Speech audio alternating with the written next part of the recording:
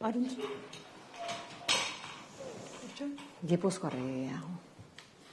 Bai.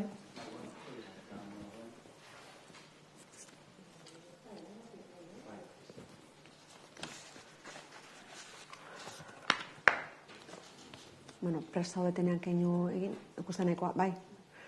Bueno, egun on guztioi eta ongi etorri gaurko prentsaurrekora.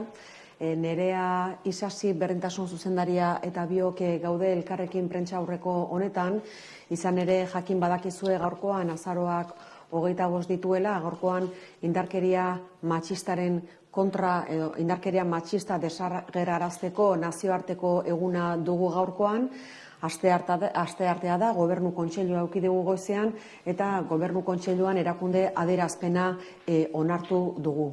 Honekin batera ere protokoloa, Gipuzkoako Foru Aldundiak duen protokoloa, alegia indarkeria matxista gertatzen danean ematen zaion erantzun publikoari dagokionez protokoloa ere eguneratu dugu eta honen berri ere eman nahi dizuegu. Nik hainbat datu jarri nahiko nuke mahai gainean. Izan ere, Gipuzkoako Foru Aldundian etengabeko lana egiten dugu gainontzeko erakundeek egiten duten bezala hain justu emakumeen kontrako indarkeria matxista dela eta azkeneko hamarkadetan agenda publikoan kokatu da gai hau, alegia emakumeok libreki eta askatasunean bizitzeko daukagun eskubidea, aldi beran ere berdintasunean oinarritutako harremanak edukitzeko eskubide hori ere agenda publikoan dago. Urrats garrantzitsuak eman ditugu zentzu honetan, bai prebentzioan, bai sensibilizazioan, bai babes protokoloetan eta baita ere erreparazioan, baina edonola ere, naiz eta aurrera pauso horiek eman diren eta nabarmenak izan, gaur egun esan behar dako hau oraindik ez dela nahikoa. Izan ere tamalez biolentzia matxistak gure artean darrai. Eta egunero ikusten dugu geure artean biolentzia matxista nola existitzen dan. Aurten Gipuzkoan emakundek emandako datuen arabera 1926 emakumek jasan dute biolentzia matxista. Hori datu ofizial bat da. 1926 emakumek salatu dute indarkeria matxistaren biktima izan direla. Eta joan den urrian, alegia atzo bertan, Zarautzen emakumezko bat hil zuen gizonezko batek. Hori da indarkeria matxistaren argazki okerrena, zailena eta gordinena. Tamalez eta aurreko batean hala konpartitzen nuen, diputatu nagusi izendatu nindutenetik duela 2 urte pasatxo, 3 emakume erailak izan dira gizonezko baten aldetik. 3 emakume erailak izan dira. Beraz, biolentzia matxista gaur egun egiturazko errealitatea da eta emakumeon askatasunaren eta berdintasunaren kontrako jarrera matxista bat dago oinarrian. Gu gaurkoan beraz lehen esaten nuen bezala erakunde adierazpena onartu dugu gaur goizeko Gobernu Kontseiluan eta hor hainbat arlo jorratu ditugu eta nik azpimarra jarri nahi dut puntu nabarmenetan. Bai, alde batetik aitortzen dugu biolentzia matxistak biktimak kaltetzen duela, alegia emakumeok kaltetzen gaituela eta aldi berean ere esaten dugu emakumeok kaltetzeaz gain komunitatea bera ere urratzen duela, gizarte kohesioa ere urratzen duela. Eta horregatik erakundeon eta herritarron arteko erantzunkidetasuna funtsezkoa dela. Horixe da azpimarratu nahi duguna erakunde adierazpen honetan. Alegia biolentzia matxista salatzearekin batera, komunitate osoari dei egiten diogula, elkarrekin eraikitzeko erakunde eta gizarte osoak, erakunde eta komunitate osoak elkarrekin eraikitzeko biolentziarik gabeko lurralde bat, biolentziarik gabeko Gipuzkoa. Horixe da egiten dugun deia. Alegia Gipuzkoa berdinzalea elkarrekin eraikitzeko gonbitea luzatzen diegu herritarrei eta gainontzeko erakunde publiko guztioi, noski geurea ere barnean sartuta. Denok daukagulako eginkizun bat alor honetan.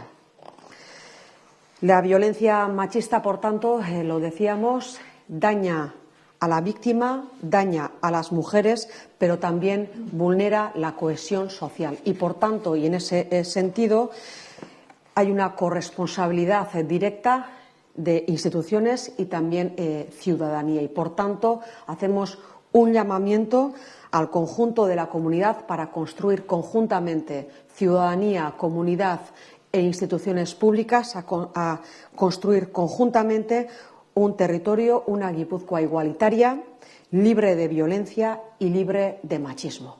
Es el llamamiento que hacemos al conjunto de la comunidad guipuzcoana. Hor, bi konpromiso nagusi hartzen ditugu ere erakunde adierazpen honetan. Alde batetik indarkeria mota berriak ikusarazteko eta jorratzeko konpromisoa hartzen dugu, izan ere behin eta berriro adierazten dugu indarkeria matxistak espazio berriak sortzen direnean espazio berri horiek okupatzen dituela, eta hortaz guk hartzen dugun konpromisoa da espazio berri horietan sortzen diren indarkeria matxistak ikusarazteko konpromisoa eta aldi berean ere horiek jorratzekoa. Berriki Gipuzkoako Foru Aldundiak ikerlan bat burutu du eta ikerlan horretan azpimarratu dena da 10 emakumetik 6 salatu dutela edo esan dutela indarkeria matxistaren biktima izan direla ere espazio berri hauetan. Eta gainera horietako asko ez dira kontziente ere indarkeria matxista horren biktima ere izan direnik. Ez dira egoera horretaz jabetu ere egiten. Edo behintzat ez dute violentzia digital gisa ulertzen egoera hori, jasan duten egoera hori.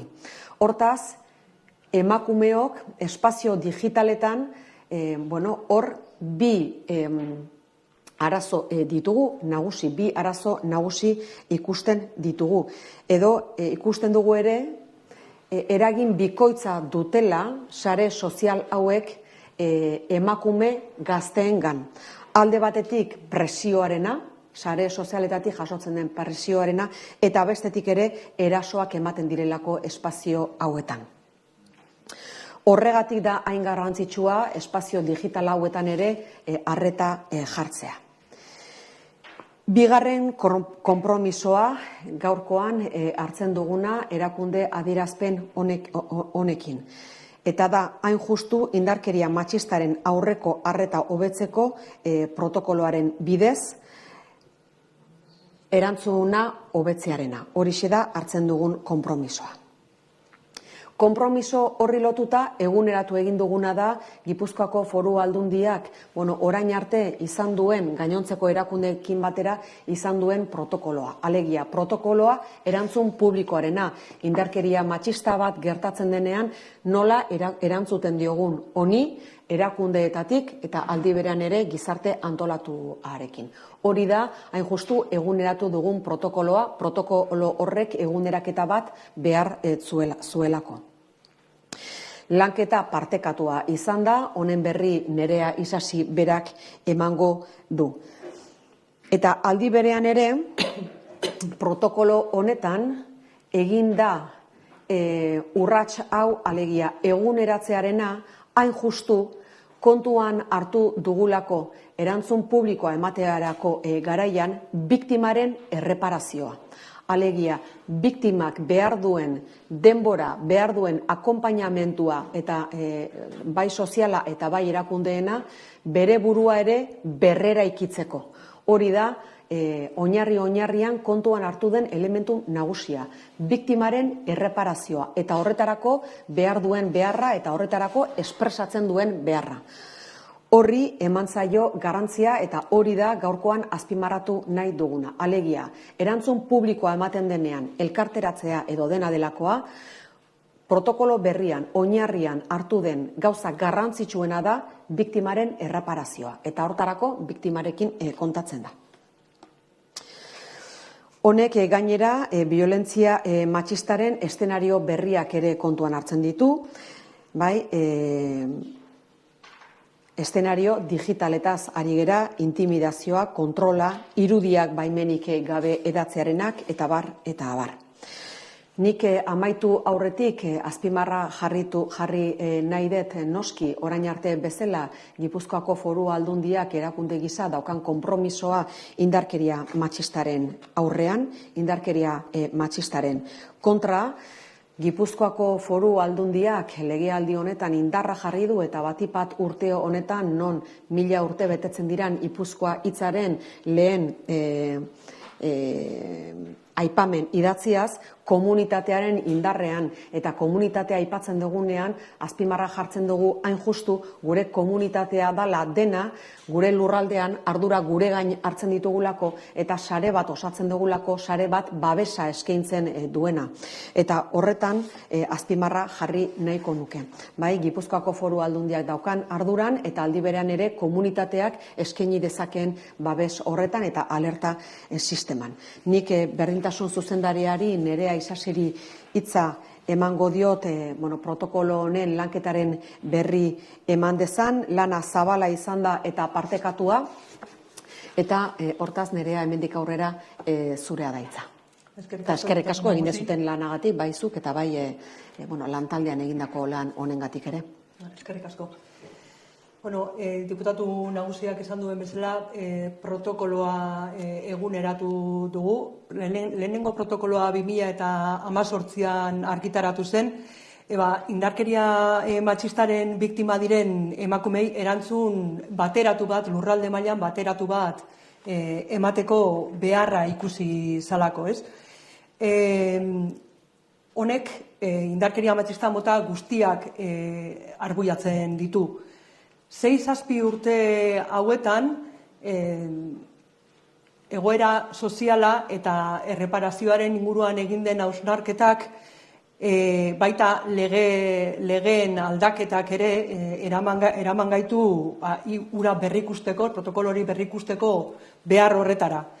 Eta 2024an hasi genduen prozesu hau udalekin, udal teknikariekin, eta baita mugimendu feministako elkarteekin.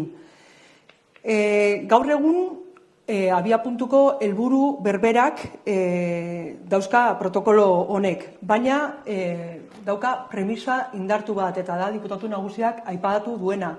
Erdigunean emakume biktimaren erreparazioa jartzen dugu.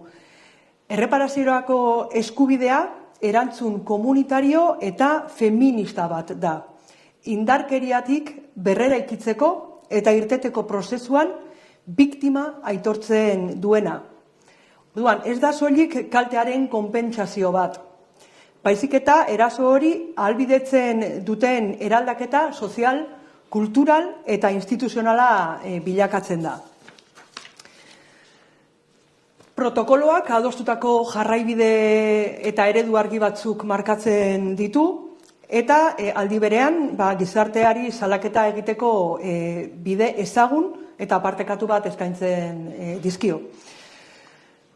Protokolo honek beste indarkeria, diputatu nagusiak aipatu du horietako bat, eta protokolo honek beste indarkeria matxista mota batzuk hartzen ditu bere baitan.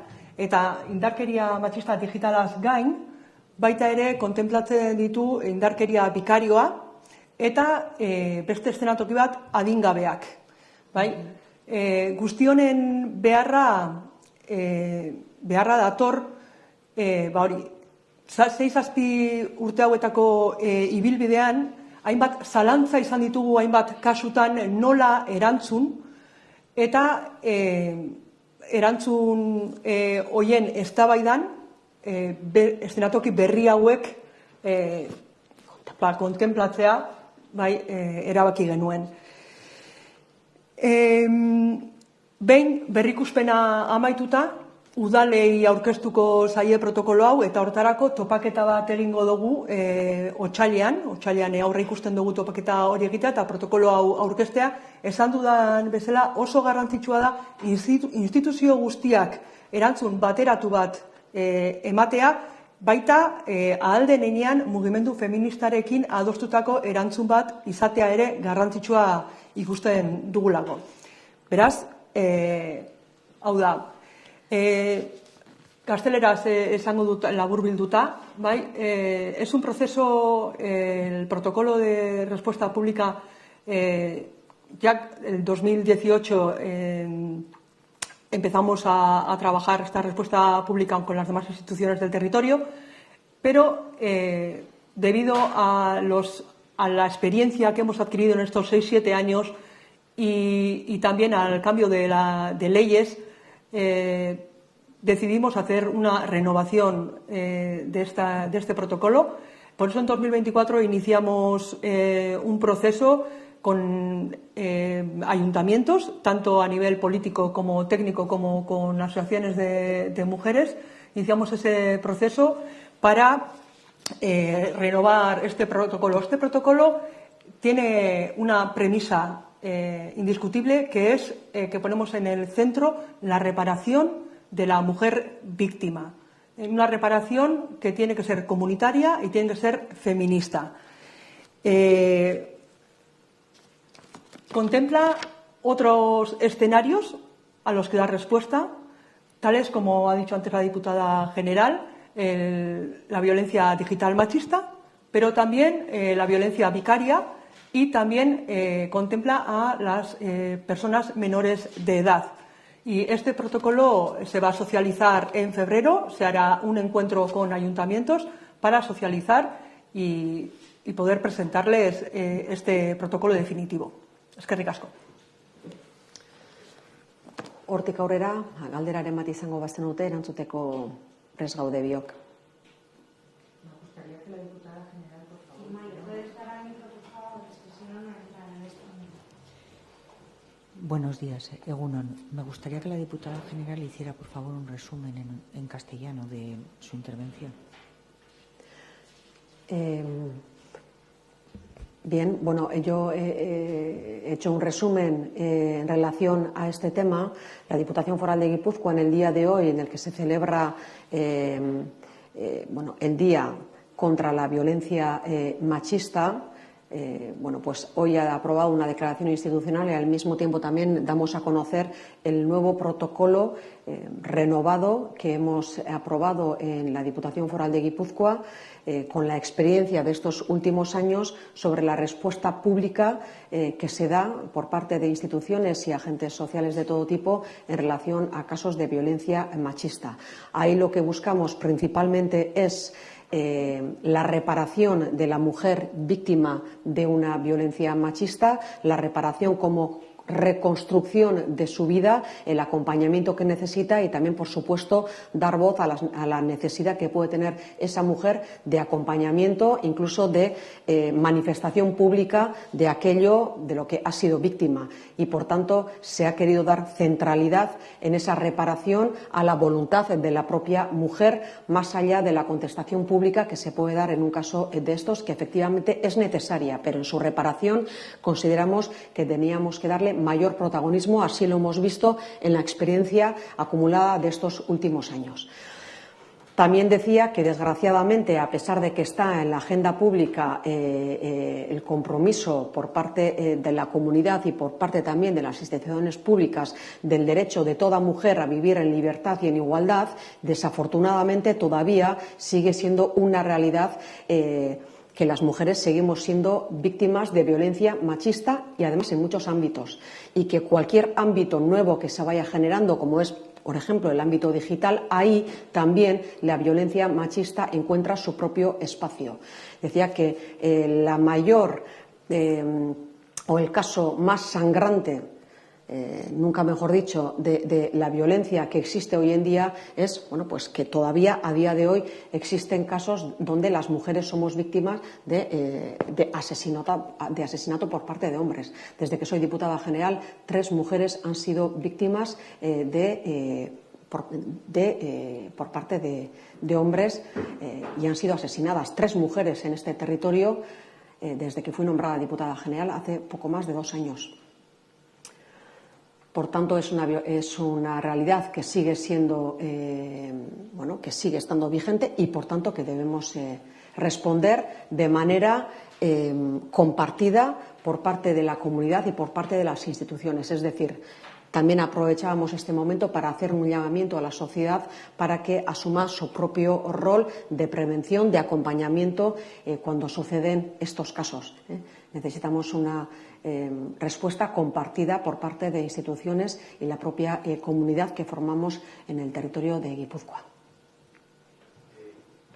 Bai. Badago zehazterik protokoloak ze aldaketa zehatz jasoko dituen, ulertzen dut, motivazioa da, aldaketen helburua da, biktimari, emakume biktimari protagonismo gehiago ematea eta bere erreparazioan laguntza. Baina hori zertan gauzatuko da, ze aldaketa zehatze izango ditu protokoloak. Esan nahi du neurri batean biktimak berak erabakiko duela erantzun publikoa nolakoa izango den edo ez dioa hortikan.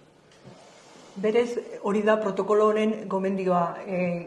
Azkenean, protokolo honek udalak nolabait udalak deitzen ditu, batzera protokolo ontara, eta guk usten dugu biktimak hartu behar dituela bere erreparazioaren bidean, hartu behar dituela erabaki horiek.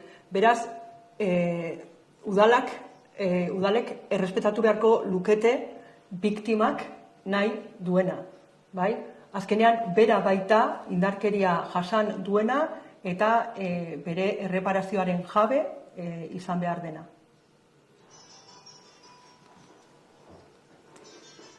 Beste kalderaren bat balegun, ez, hortaz eskertzea besterik etzaigu gelditzen gaurkoan hemen egon izana. Egun ona izan dezazuela.